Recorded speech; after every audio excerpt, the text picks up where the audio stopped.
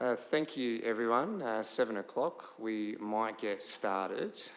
My name is Nathan Shanks. I'm the Deputy Mayor of the town of Gawler, currently filling in for Mayor Karen Redmond while she's on leave. So I'd like to start with welcome councillors, staff and gallery and those tuning in, and our media representative from the Bunyip. I'd like to start with a statement of acknowledgement. We would like to acknowledge this land that we meet on today is the traditional lands for the Kaurna people and that we respect their spiritual relationship with their country. We also acknowledge the Kaurna people as the custodians of the Greater Adelaide region and that their cultural and heritage beliefs are still as important to the living Kaurna people today. Attendance, roll call. We are missing Councillor White because he is currently on leave. So we do not have any apologies at this time. Calling for motions to grant leave of absence, councillors. Councillor Solomon. Oh, sorry, that's my fault. Oh, it's good. Oh, we've changed up the system. Yes. Oh, good. Excellent. Just don't want me to speak. You can just say that. Thank you, Deputy Mayor. I would happy to move that Councillor Hennessy's granted leave from the 7th of June 2025 to the 26th of September 2025 inclusive. Thank you, Councillor Solomon. Do I have a seconder? Councillor Davies, any discussion? There be none. Put that to the vote. All those in favour? Carried unanimously. Thank you, members. I believe I had another one. Yeah, thank you. I'll just put in leave of absence for myself for the 9th of the 5th, 2025 to the 23rd of the 5th, 2025. All inclusive. Thank you, Councillor Lorna. Do I have a seconder? Councillor Samble. Any discussion? Be none. All those in favour? Carried unanimously. Thank you, members. Okay, and we've got the leave of absence noted there from the Mayor. Did we have Councillor White's needing to be noted there too? Oh, it's on the screen there. Thank you. All right, no worries. No non-attendance. Moving forward, we have public open forum.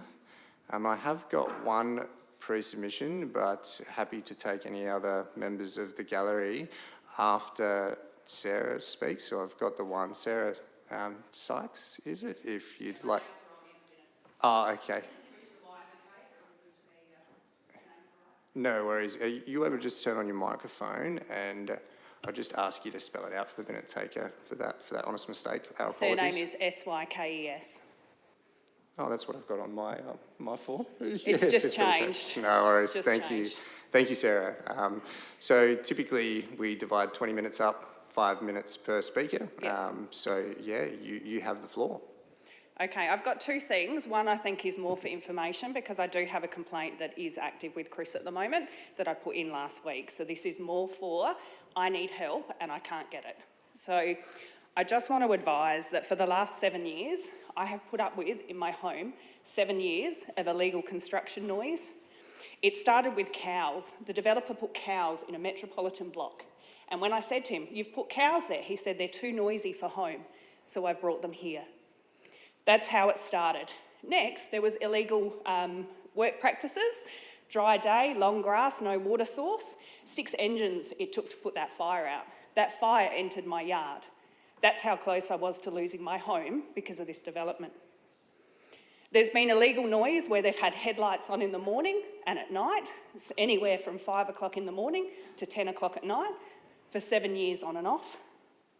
My fencing is incomplete and I now need to sue the developer to get it done. I've put complaints with the council. I've written letters to the council. I've met with the mayor and the acting CEO. I've had conversations with the inspectors who don't know the EPA rules. In this last week, I've been told that on a construction site, you can hammer on a weekend before 9 a.m. That is illegal on a construction site. I've been told that you can have vehicles entering the construction site because they just can. The EPA says they can't. The EPA says that the council is responsible for managing this. SAPOL say that the council is responsible for managing this. So for 7 years, my family have put up with this. I have 2 autistic children. You have no idea what this has done to them. Our home is coated in dirt from a pile of dirt that was bigger than my house, that sat there for months. We had no back fence and no privacy for months. This is what we've put up with. There's still 2 houses being constructed at the moment. We still have illegal noise.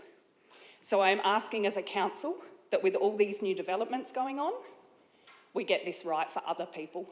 You can't take back the 7 years that we've had. You can't take back any of it. That's what we've had to suffer.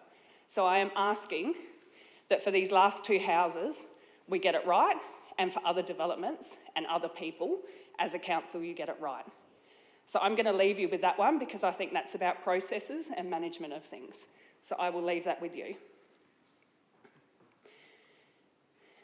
The other thing that I've put on there is I just wanted to provide a reminder of the impact of rate rises on the community.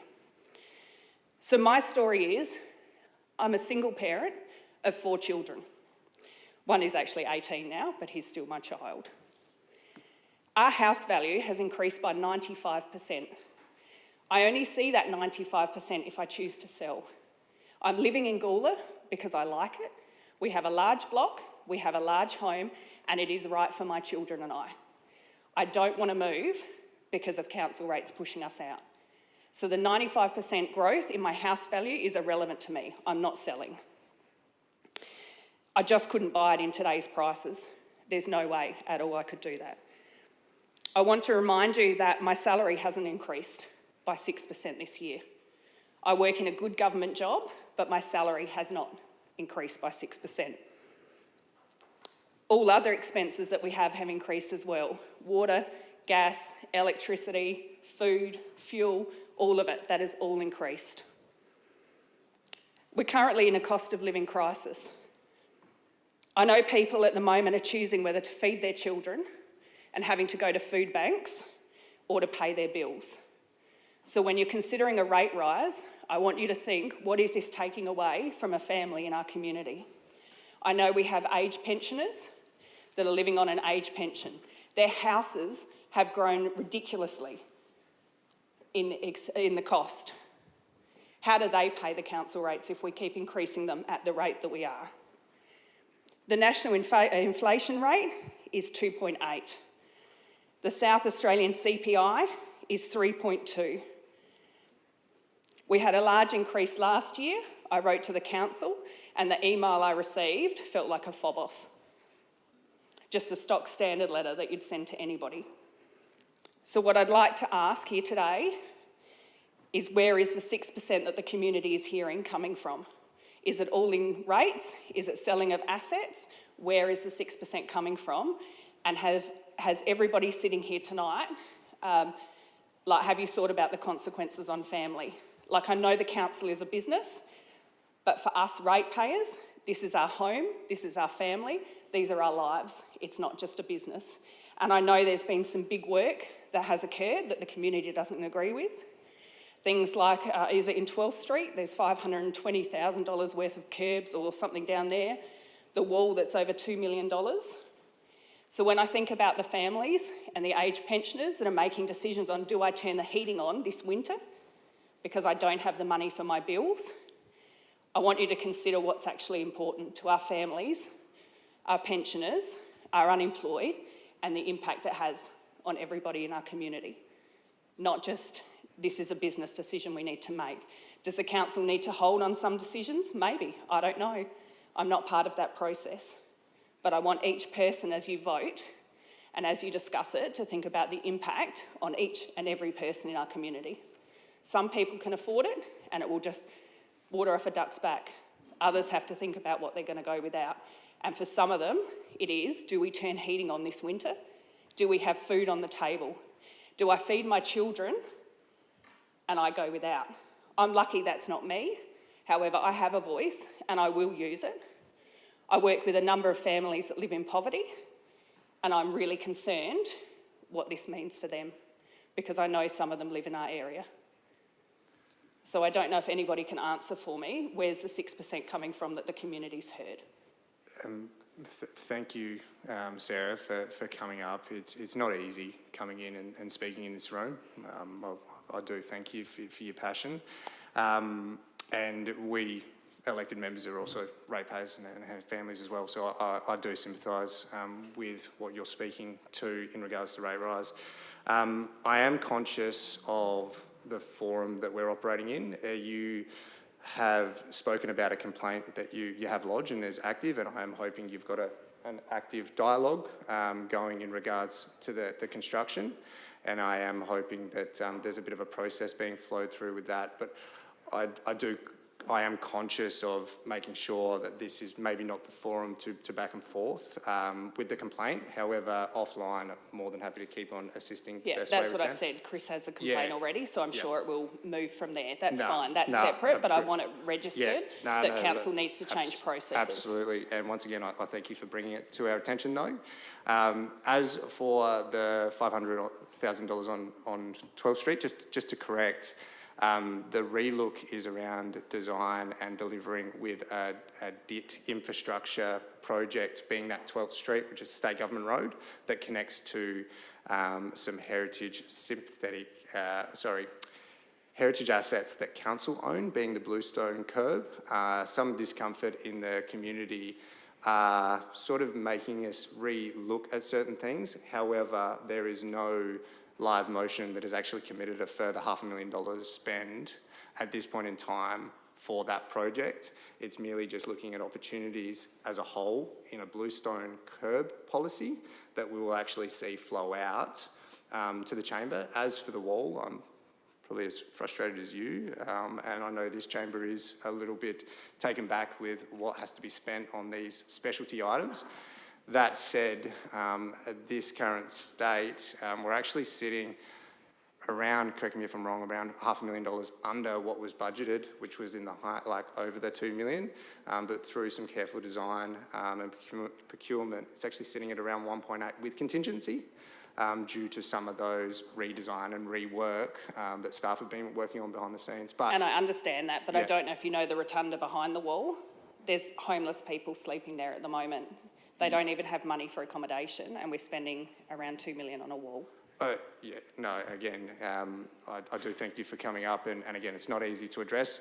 Would like to continue the dialogue probably offline so we can just continue on with the other items. As for the rate increase, we do have a report coming up as our second item on the agenda tonight. They'll actually talk to the process, and if you would like to provide feedback, should this get up, we'll explain the community engagement process that you can actually undertake that I recommend to all ratepayers to get behind as well, because again, I'm a ratepayer as well, and yeah, it is our money that we are talking about spending. So again, thank you very much for. I have brought it to this forum too, because I have communicated with the council on numerous Yeah. occasions about the complaint. Yes. And I have also communicated with many of the councillors, and two responded.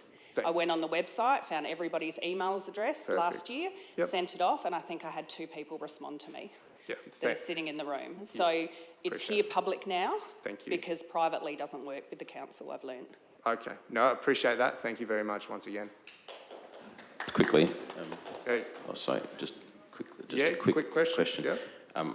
So I've just gone into the email archive and I can't find Sarah's email, but I was wondering, Sarah, are you happy for any of the councillors to get your contact details from Chris if we need to do that? Absolutely. Just because I think there might be some things that come up that if you wanted to have a chat, be open to that.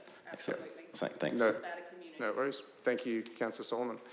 I've got public open forum at this point in time. Did we have any other members of the public gallery that you'd like to speak? It was Malcolm? Malcolm. Perfect. Malcolm, if you'd like to take the podium.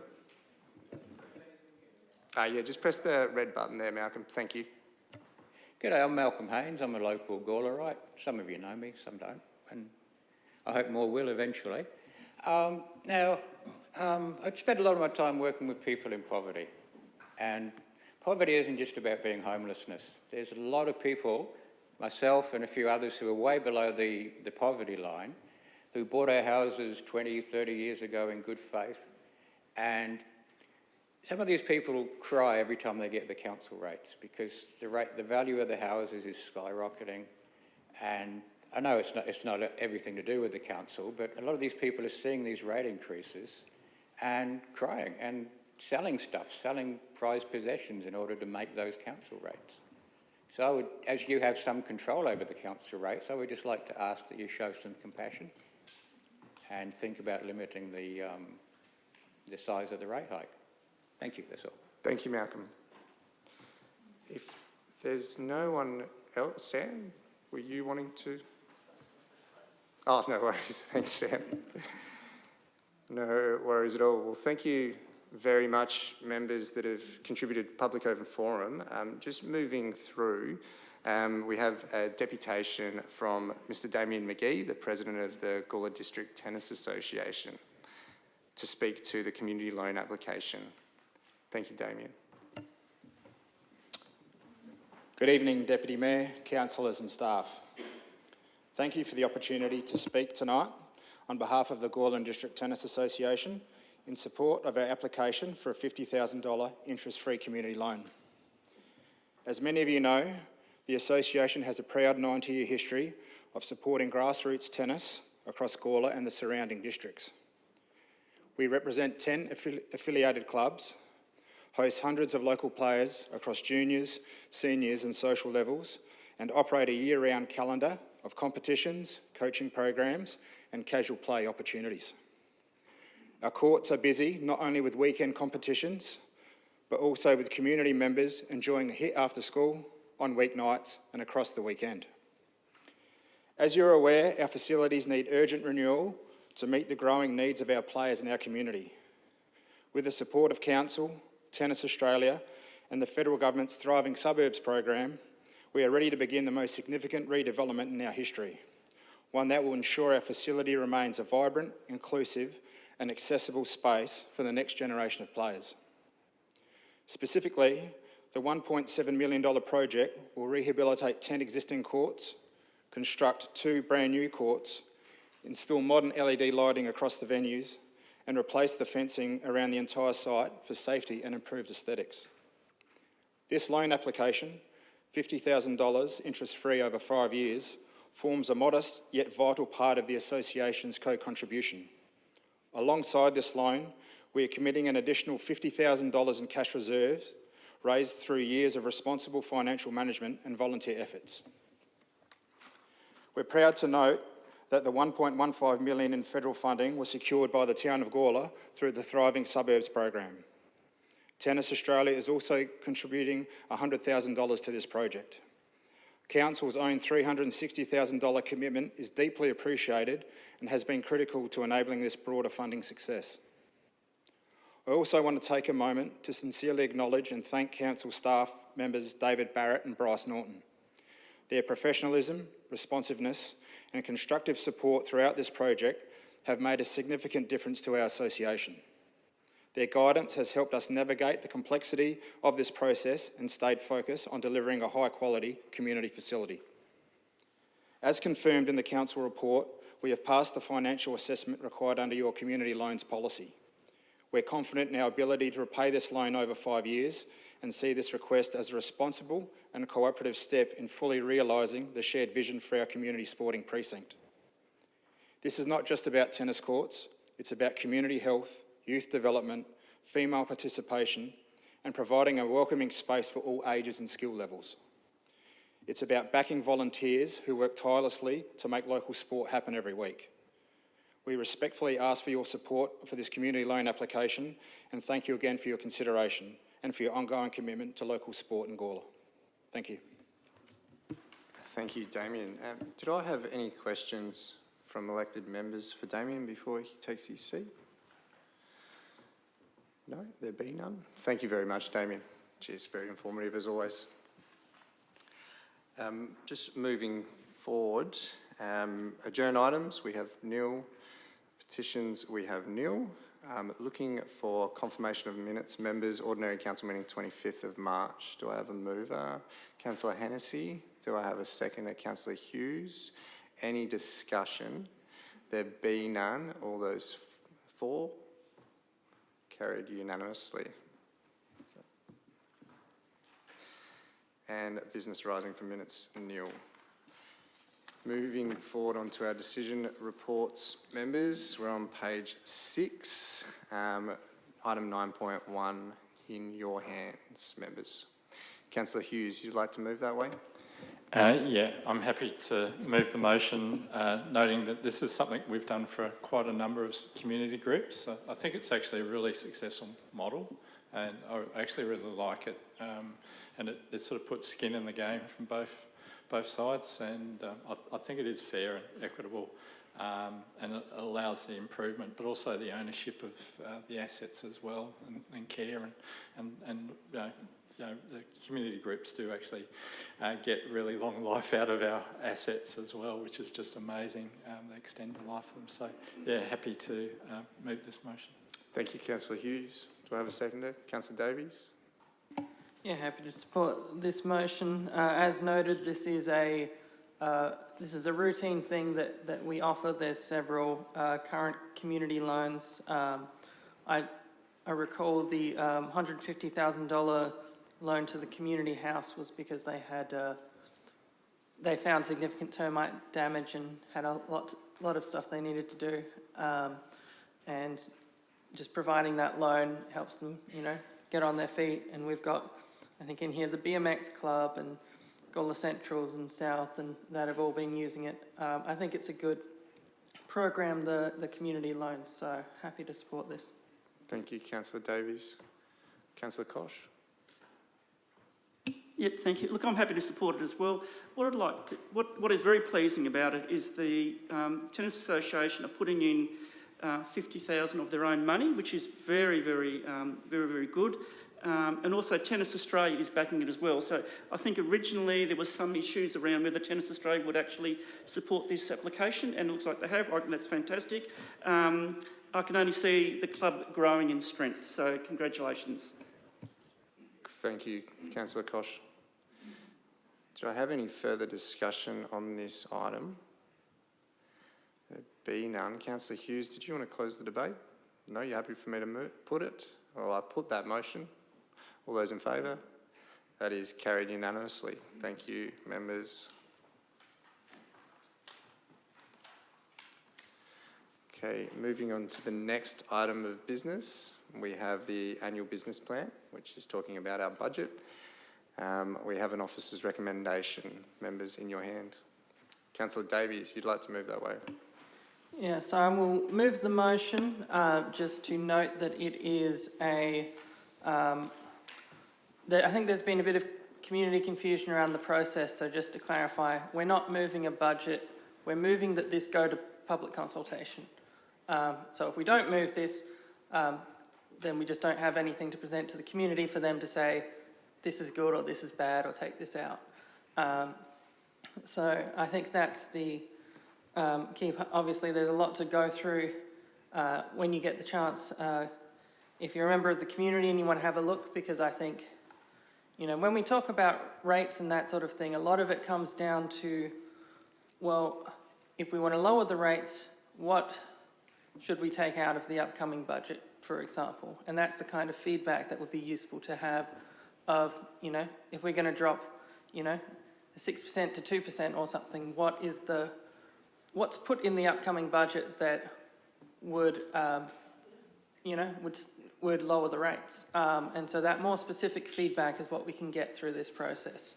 So again, happy to move the motion. Thank you, Councillor Davies. Do I have a seconder? Councillor Hennessy?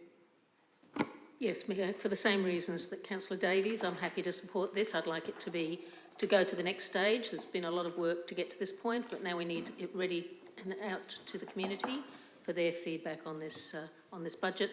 I agree with Councillor Davies. I think there's been some considerable misunderstanding of the process, and I think passing this tonight allows our community to look in depth at what we're proposing and provide their feedback. Thank you. Thank you, Councillor Hennessy.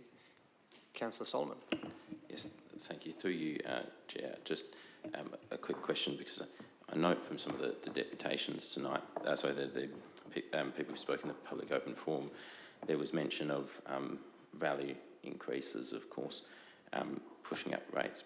And I know the rating system and rates generally are quite a tricky thing to get your head around. Certainly it's taken me a while, but obviously one of the things that causes rate increases is not increase in valuations, but disproportionate increases in valuations in different areas, and we do have a mechanism to deal with that. So the question was to Sharon or to the relevant staff member about where that's at, because I knew that the cap did increase in the last couple of years, but where does that currently sit?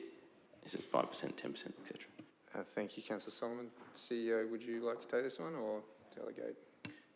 I just want, yes, thank you, Mr Deputy Mayor. I just want to clarify the question. You talked about a cap. So not a cap, but for extraordinary rate increases, I believe there's relief available. I'm wondering about the threshold for the relief. No, thank you. I will refer to Sharon for clarification.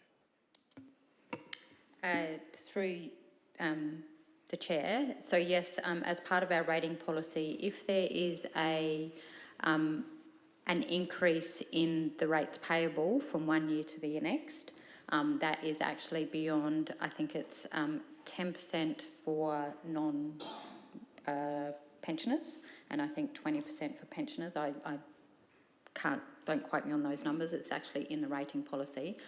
We actually do cap the increase, but it's actually not on the value increase, it's actually on the rates payable. So if that increase in that rate is beyond that threshold, because as part of the determination of the rate in the dollar, which is actually applied to the capital value, we take into account those property value movements and tend to, if there is being big valuation increases, you will find that there's actually a fall in the rate in the dollar to actually offset that, that process. Thank you, Sharon, Executive Manager of Finance. Did you have a follow-up question? Did that answer your question, Councillor Solomon? Yeah, happy with that. Councillor Samble? Thank you, Deputy Mayor. I mean, I've said these things before, and tonight we've heard another two passionate people that have come and spoke to this council about the way things are. And we hear about these caps, we hear about this, we hear about all these sort of things and so forth. But it hasn't made the situation better. We have a finance team that are working really, really hard to try and do what we can. I don't believe we as elected members have done enough to sit down one-to-one to talk about these ways that we may be able to come back on things. I spoke before that we have some very valuable assets in this town, and as Sarah said before, you know, what our home has gone up. In my street up in Gawler East the other day, a house was valued because the poor gentleman has to go into a nursing home. It was valued at $600,000. It sold for $1.15 million. And now, Councillor Kosh and I live in the area and so forth. What are we going to pay in rates next? I think what I'm trying to say, we have one huge valuable asset that we do not need to own. 58 councils in South Australia, and I think there's about half of them that have sold this one particular valuable asset. It can be sold. It certainly would help Sharon and the finance team. I think we've all, as you said, Councillor Davies, this now goes out to the public and so forth, but we've still got to keep looking at what ways that we can come back. Houses like that, I mean, I could not believe what the house sold for, you know, and so forth. But because, you know, we paid $300,000 for ours, you know, 25 years ago. So, you know, that's the sort of thing that Sarah's saying too, you know. It wasn't her fault that her property's got so much steerer. And this is happening. We have to be, I believe, more helpful and work with our CEO, who is doing an excellent job. I don't know how he finds, I always thought there was only 24 hours in a day, but he seems to find 30 and work on it. But I'm only thinking of one asset, you know what it is, and I honestly believe we should have another look at I'm talking probably $3 million worth of assets. So let's look at that. Let's try a little bit harder, and Malcolm may be able to help his help with what he's trying to do in the community. But I think we've just send it out to the community, but keep looking and looking hard. Thank you, Councillor Sample. I saw Councillor Koch's hand first. Yeah, thank you. Look, I'll be very consistent in my what I talk about and how I vote on the budget and the long-term financial plan. I've never voted for the long-term financial plan, or as this budget has gone through the system, I've always voted against it because I think it's unfair and inequitable for our community. In particular, the rate rise. And also, I just want to say I won't be voting for it tonight because I don't want to be seen to have endorsed this budget that I feel it is correct for our community. So that's why I won't be voting for it, just to be clear. Now, the first problem is the rate increase. It's a 6% rate increase every year for 10 years. That is appalling for people in this community. We had a review by ISCOSO, and they actually agreed with that. They said that is a risk for this community, that the community will potentially not be able to sustain that rate rise consistently for 10 years. It's putting people into, I don't know, food on the table and shoes on your children's feet. It's at that level now. I'm just really, really concerned. So that's the first reason. The next reason is it's pushing up borrowings. We're going to borrow a whole lot of money to do a whole lot of stuff, which I don't agree with. And that'll put our debt up to 37 million in 5 years' time. 37 million. And then magically, in 5 years' time, we'll actually have we'll have rivers of gold coming in, and we'll be able to pay that back over 5 years, 25 million over 5 years. That's predicated on growth. It's predicated on that 6%, and it's also predicated on savings of 3.5%. For 4 years. So that means council has to find, as SCOSA said, a saving of $470,000 per annum. I don't think that's realistic. I really don't think that's realistic at all. My view is that we should have done service reviews first before we've gone and borrowed a whole lot of money for certain things. Because service reviews do take a lot of time. I've been involved with them myself. It could take years. We should be doing that now, before we start borrowing money, before we put up the rates, because I don't know where we're going to find that $470,000 per year. Yeah, so that's the rate increase. So that's my big concerns.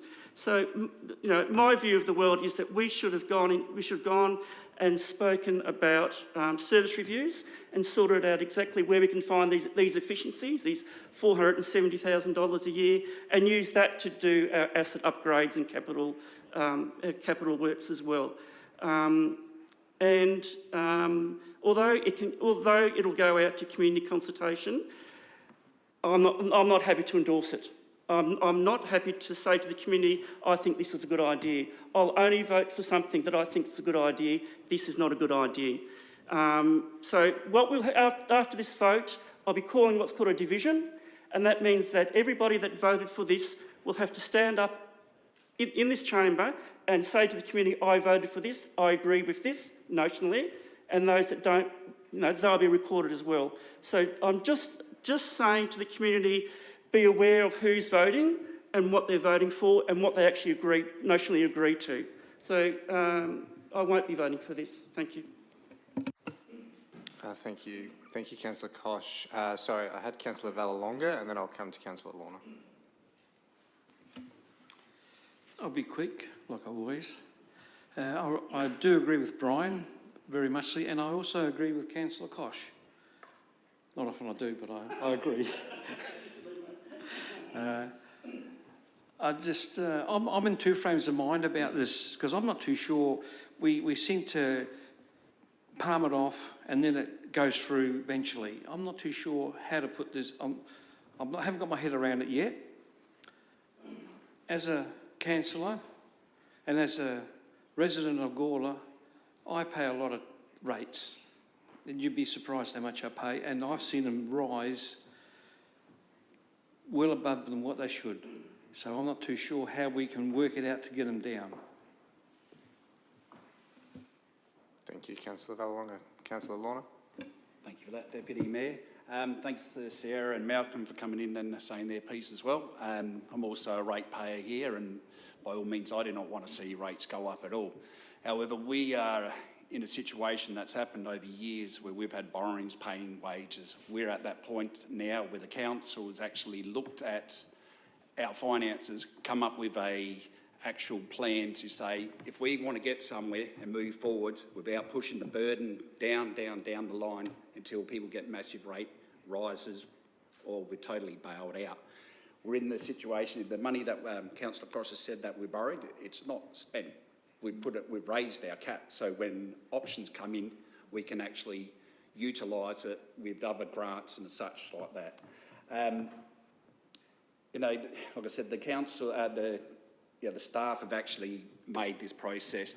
I'm not happy to support it, but I will support it because it needs to go out to the actual community to engage with it, as you guys have come in here tonight to talk to it as well. Has to start somewhere. We need to get the feedback so we can actually review it further. I applaud or really hope the community does get involved with it and comes in and takes the opportunity to talk and come to these gatherings. So that's where I'll leave it at that for now. Thank you. Councillor Solomon. Thank you, Deputy Mayor. I think, slightly disappointed because I could forgive people who don't sit in this room week after week talking about this budget and working on it for having some misconceptions or not fully understanding what's in the budget paper. But I think that this debate hasn't done this budget justice because it's missing a really important story here, which is that over this year, during the last 2 years, over many years, we have gotten to a stage where we have what is now a $1.68 million deficit, the majority of which is an operating deficit.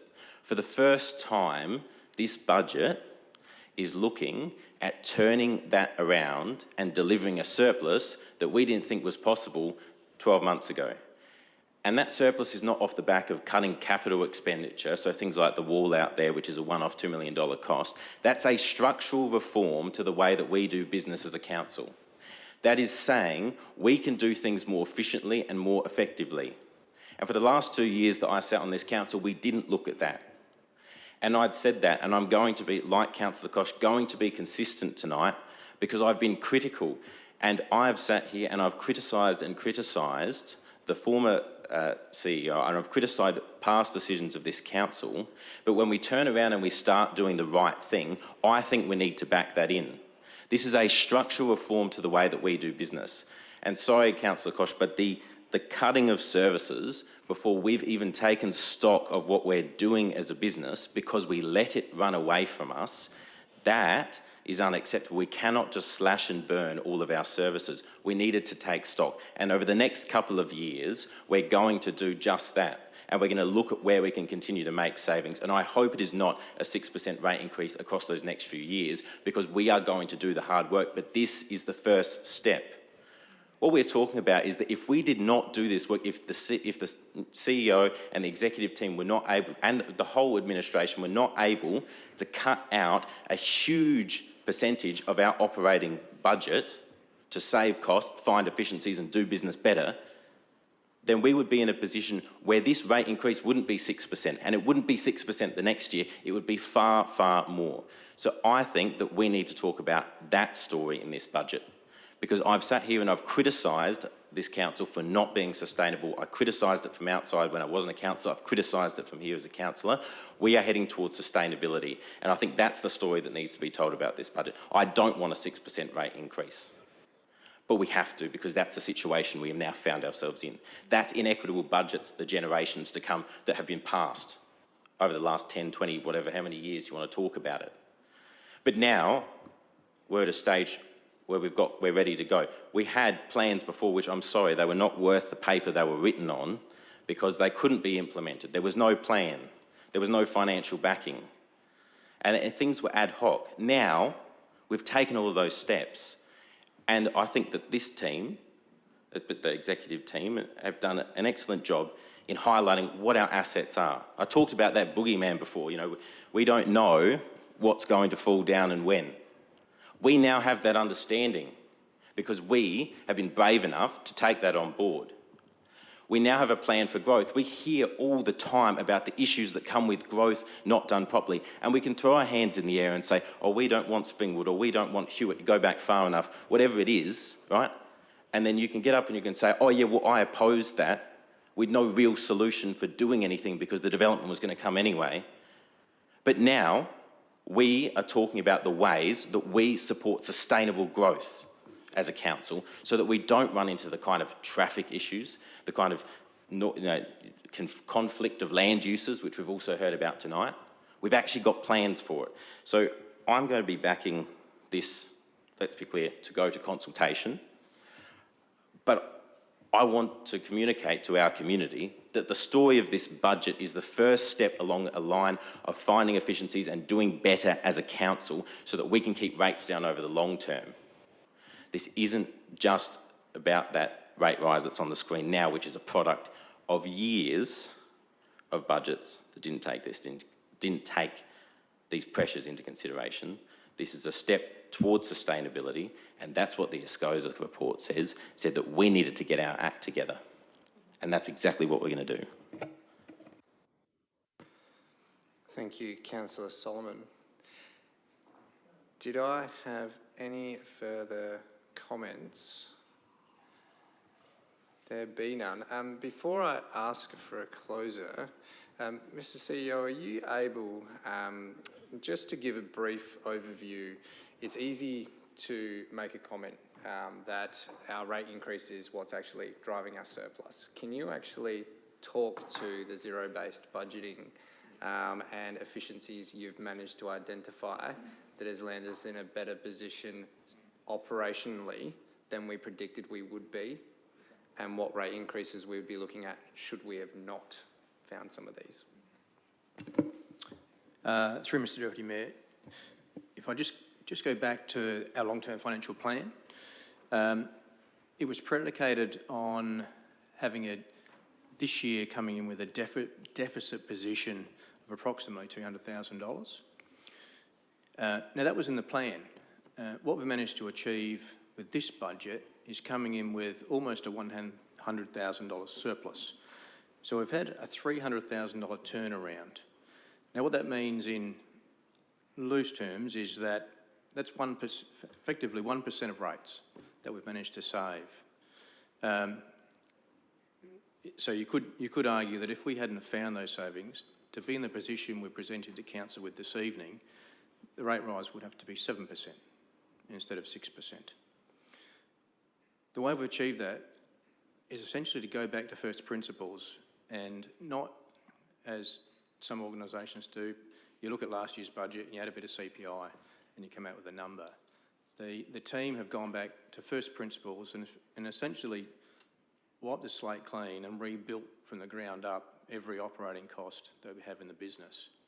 And what that's done, we found some fat in the system and we've found some inefficiencies in our budgeting. That's not unique to this council, that happens across a lot of industries. But I'm proud to say that the team have really turned the blowtorch on what it costs to run this business. Now, I just want to reflect on Councillor Koch's point that finding savings year on year of $470,000, yes, it's a challenge. I agree it will be a challenge, but I firmly believe that it can be done. It's not going to be easy, and this council will have to make some difficult decisions. But as an administration, we will provide you with the very best advice we can to help you make those decisions. I take Councillor Samble's thoughts about, do we need to look at asset sales? In this suite of solutions, I think the answer is probably yes. Having said that, nothing will be rushed though. My team are doing some homework.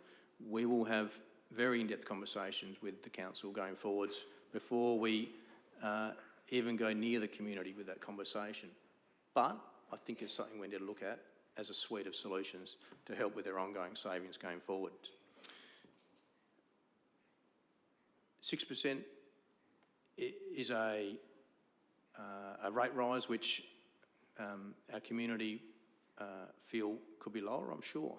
I just want to reaffirm that as administration, we don't make these recommendations to you lightly. Most of my staff live and work in the community, and we understand the pressures that are going on in our community in terms of cost of living. But as Councillor Solomon has spoken about tonight, this is about getting this council back to a position of sustainability and setting this council up for success in the long term. Thank you, Mr Deputy Mayor. Thank you, CEO. Any further discussion from those who hasn't spoken yet? If there be none, Councillor Davies, are you happy to close the debate? Sure. Yeah, and look, it is a tough one to have to bring to the community because, look, the rates have kept going up at pretty high rates over the last, 20, 30 years, and people don't feel like they've got that much to show for it. And so when we say, oh, well, we're getting on the right track now, and that's why rates have to go up, we don't have that line of trust to work with, and that's a struggle. But it doesn't stop it from being a fact. Like, we are dealing with the facts of the finances. That's why we went out for a new CEO and we said, we need a CEO with financial expertise. And so we got a CEO with financial expertise. We said, all right, there's an ASCOSA review that's going to look at at everything. ASCOSA's come back and said, this new plan by the new CEO and executive team is on the right track. We brought it to the audit committee of experts. They've said this is on the right track. If we're going to say, I don't like it, then that's fair enough. But if there's not an alternative to all of the expertise, all of the people we've hired specifically to do this, and the external consultants who come in to take a look at this, then it doesn't really mean anything. What is the alternative? We can't just underfund our assets because, well, now we know what the assets are. We could do that before because we didn't actually have a very good track of our assets. And so there were a lot of things that were just, the rates were going up and they weren't actually being spent on the things that they probably needed to be because we weren't actually across what the priorities should have been.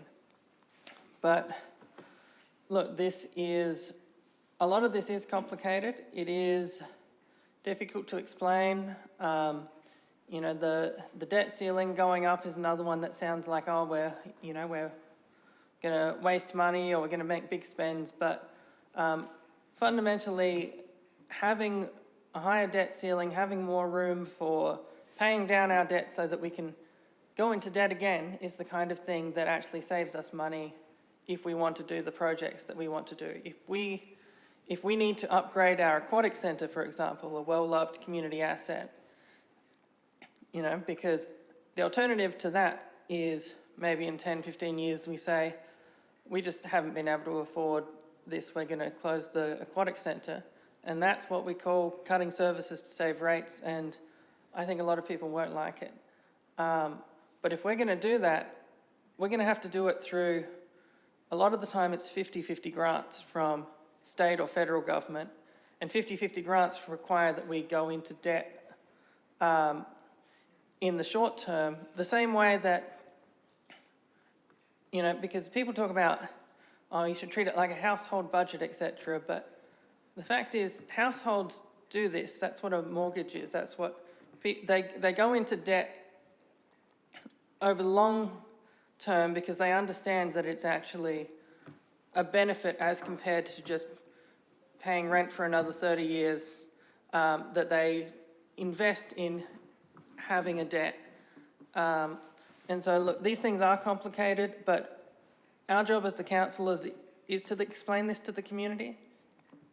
And I think that's what we're going to need to do because we know what the facts are. We've gotten financial experts. We hired one as the CEO. We've got a ASCOSA review. They're telling us the same things. if we are going to not follow their recommendations, then we'll need to have an alternate plan that's based on some form of expertise, not just saying we don't like it when the rates go up. So, you know, I'm going to move this motion. I hope everyone can support it. Thank you, Councillor Davies. The debate is now closed. I'll put that motion. All those in favour? All those against? The vote is 1 on the casting vote of the Deputy Mayor. The vote is set aside. Councillor Koch, you've called a division. Those for?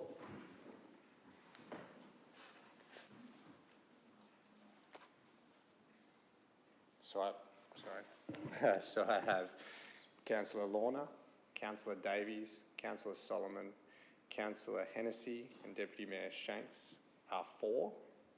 Those against, Councillor Koch, Councillor Vallelonga, Councillor Hughes and Councillor Samble. Thank you, members. The vote is carried.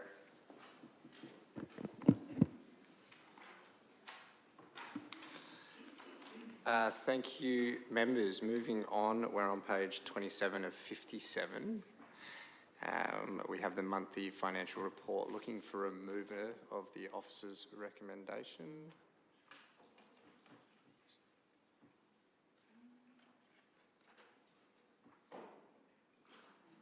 Councillor Hughes, you'd like to move that way. Would you like to speak to it? Just briefly, these reports are really quite thorough, and thank the staff for the work in this area. The reviews are really important to the business, but thanks to the staff. Thank you, Councillor Hughes. Moved. Councillor Vallelonga, did you want a second? Would you like to speak at all? No. We have Councillor open for discussion, members. There be none. Councillor Hughes, are you happy for me to put the motion? I'll put that motion. All those in favour? That one's carried unanimously. Thank you, members. Moving through the agenda, we have information reports being nil and recommendations from committees. We're on page 34. I am in your hands, members. Councillor Vallelonga, are you happy to move? Would you like to speak to it at all? We're looking for a seconder. Councillor Hughes, would you like to speak at all? Jeez, I can't write my notes quick enough, guys. Any discussion on this item? There be none. You will? Yeah, Councillor Hennessy. Thank you, Deputy Mayor. Just to draw people's attention to the fact one of the minutes that we are passing is the audit and risk, which, as we just discussed, was one of the bodies that we ran our draft budget through. I think it might be of use to people to perhaps read that and even the agenda of that meeting for more information about our draft budget. Thank you. Thank you, Councillor Hennessy. Any further discussion? There be none. Councillor Vallelonga, you want 5 minutes to speak to it? No, you sure? Going? All right. I'm going to put that motion. All those in favour?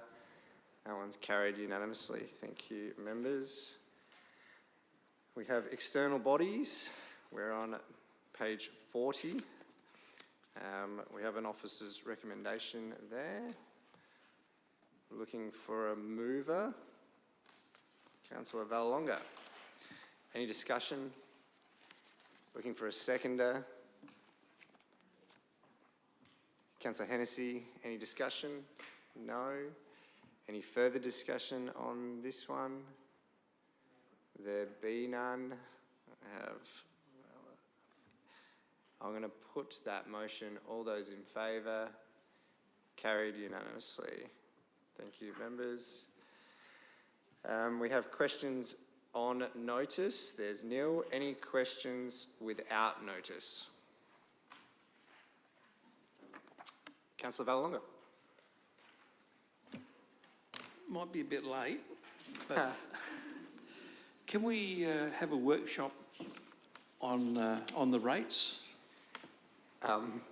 So we... Can I, do you have to put a motion to do that? Because we've never really discussed it. Like Brian brings it up quite often. We never discussed, I've been here now my third term, and we've never discussed on how we can save money on rates.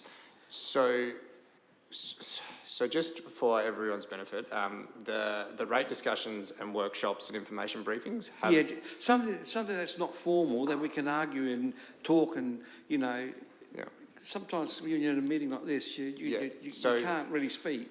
Yeah. So being a member that's been present to those information briefings, especially more recently leading into this, those are the discussions we are having about rates. I do note that you haven't been able to make those for other reasons. A busy man, I completely understand that.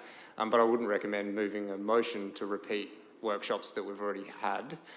I would recommend, though, maybe reaching out to Sharon Perkins and maybe sitting and working through some of the slideshows. Working through some of the slideshows that we've already, and also maybe with the CEO too, and they can probably give you the presentations that we have received. Failing that, they are actually on YouTube for a resource that anyone can go back and have a look. Yeah, absolutely. But yeah, I hope that answers it. CEO, did you have anything further to add? Thank you, Mr Deputy Mayor. Just to reiterate, as the Deputy Mayor has said, we've had a number of briefing sessions where we've actually talked about the level of rating and how to save money, reduce the rates. Members will recall we actually did have a briefing session and the staff have committed to go away and do further modelling on the rate rise that's proposed, looking at the options that exist to council to potentially bring it in less than 6%, without making any commitments at this point in time.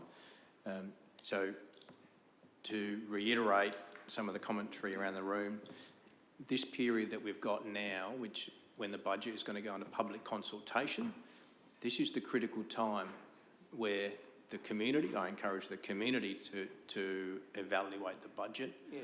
But as an elected body, we obviously still have an opportunity to reassess the draft budget that's been adopted. And between now and the council meeting that will be called to consider the community feedback, I believe that staff will be in a position to present council with some modelling around options that they've got and what levers we have to pull to potentially look at reducing that rate rise. Thank you. Thank you, CEO. And what I might do is I might send you the budget calendar again, just that was endorsed by this council, just to again outline those time frames, just to make sure. I know it's in your councillor diary, but just to, I guess, reaffirm what we were running through. And I think you might actually find some of those workshops or information briefings quite useful in the ones to come, especially talking about rate modelling and the like. I actually recommend that to everyone tuning in too. I know we're going to be having a lot of discussions about rate increases before we get to that June meeting. You had a question, Councillor Sample? Yes, thank you, Deputy Mayor. One thing that I'm sure everybody that lives in this town would know, that the traffic problem is certainly not getting better, it's getting worse. And one of the big things that I get so many calls about, and I'm sure other elected members would, is how does this traffic light situation work? Today at 1 o'clock I came down Lindock Road, I was pulled up at the school waiting for the lights to change. 4 cars went around and then the other 4 moved down, and so forth and so forth and so forth. People have been complaining to me about over at Potts Road, where the school is, and that area, you know, that have to come across. If you're quick, you can get across the road to Potts Road when school comes out, because only 2 cars can get across there before the yellow light come on. Now, the reason for my question, is it at all possible to have somebody through Wendy's department or from traffic management, because I'm led to believe it's all controlled by Adelaide? Thank you for your question, Councillor Sample. I'm happy to ask through you, CEO, to Wendy. I'm sure she can explain the process. Well, Through you, just Deputy Mayor, if Wendy has the response at her fingertips, I'm happy to provide it. If not, I'm happy to provide a detailed response afterwards. But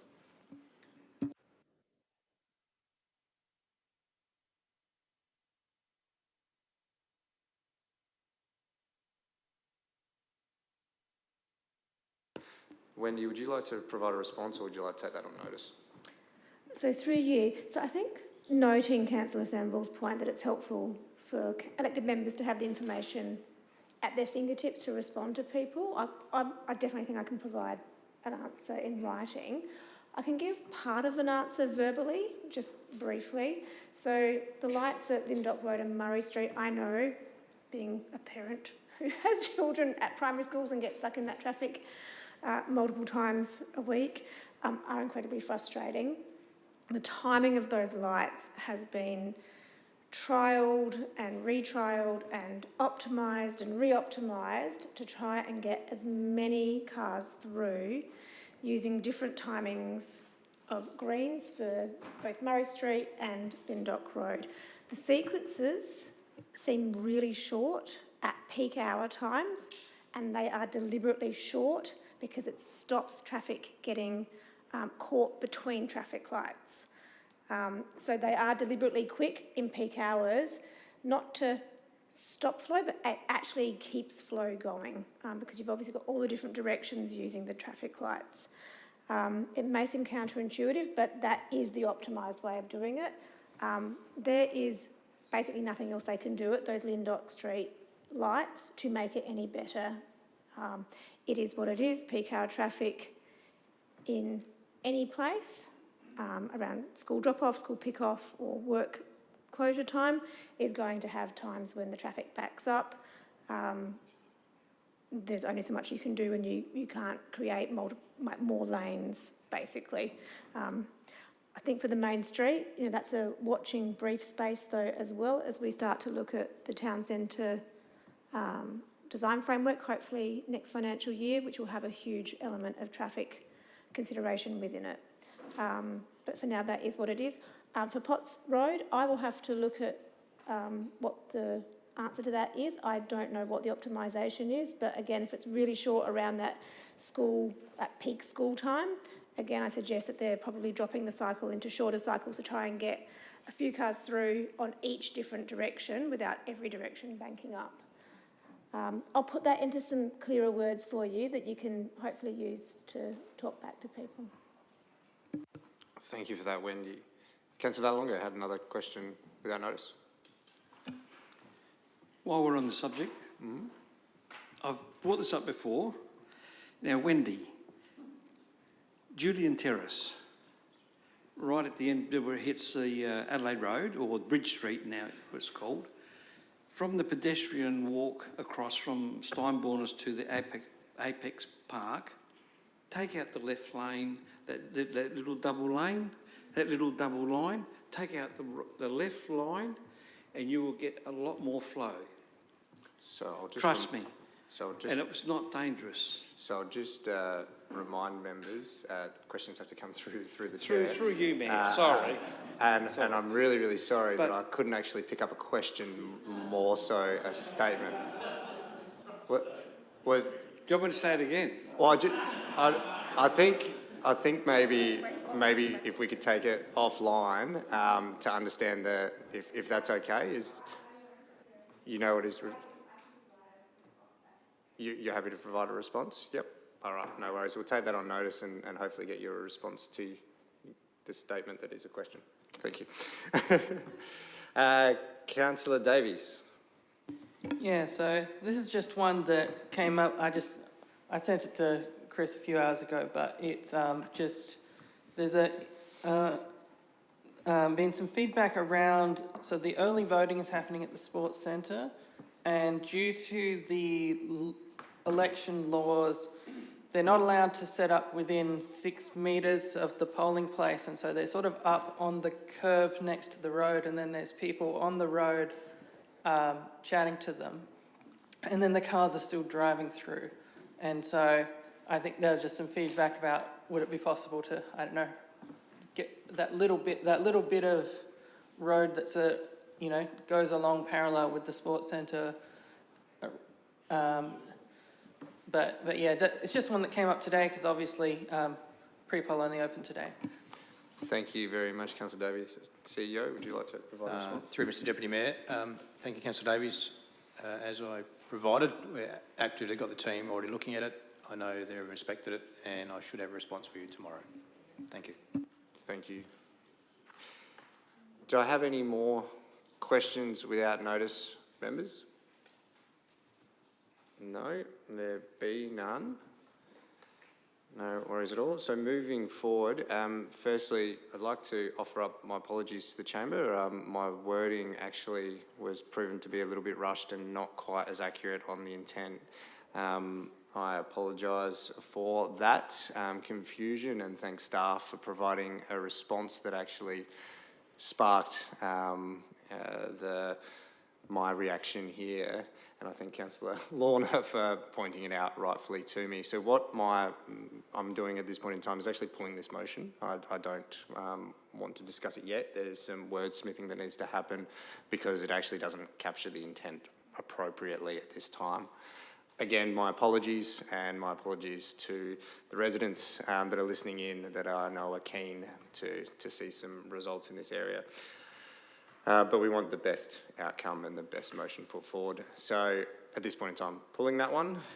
So moving forward, we don't have any other motions on notice. Any motions without notice, councillors? There be none.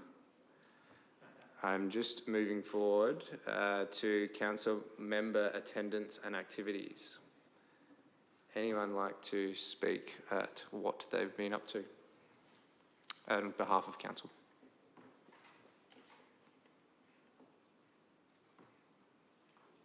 No? It's been a busy couple of weeks. Everyone's stuck it out. That's all right, fair enough. So moving forward, we have confidential reports and we're moving through. You'd like a break? No worries at all. So before we start, absolutely, before we start confidential reports, we'll have a 5-minute break. Yeah? In previous councils, when we've had spirited debates like we've had tonight, it's been really disrespectful. I just want to thank everybody for the respectful debate we've had tonight, because at other times it hasn't been in past councils. So I just want to point that out, that I appreciate the respect that everybody had during the debate. Thank you. Thank you, Councillor Koch. We're now in a break, so yep, all good. But I appreciate that. Thank you.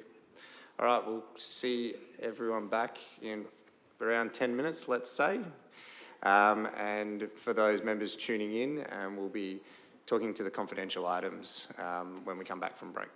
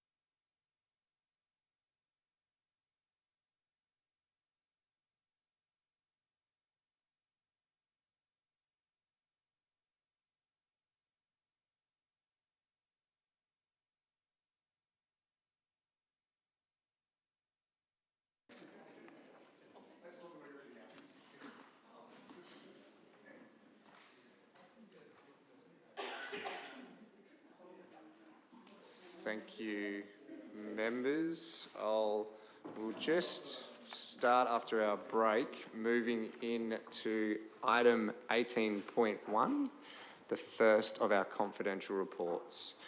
Members, I'm going to ask for a mover to move into confidentiality as per the officer's recommendation. Councillor Hennessy, you'd like to move that way? I would, thank you. And the reason that we are going into confidence is that this report contains commercial information of a confidential nature, the disclosure of which could be reasonably expected to prejudice the commercial position of the show, or the person who supplied the information, or confer a commercial advantage on a third party, and would therefore on the balance be contrary to the public interest. Thank you, Councillor Hennessy. And Councillor Samble, you're happy to second? Any discussion about going into confidence? There be none. Are you happy for me to move that way, Councillor Hennessy? And just for those tuning in, when we go into confidence, the live stream stops.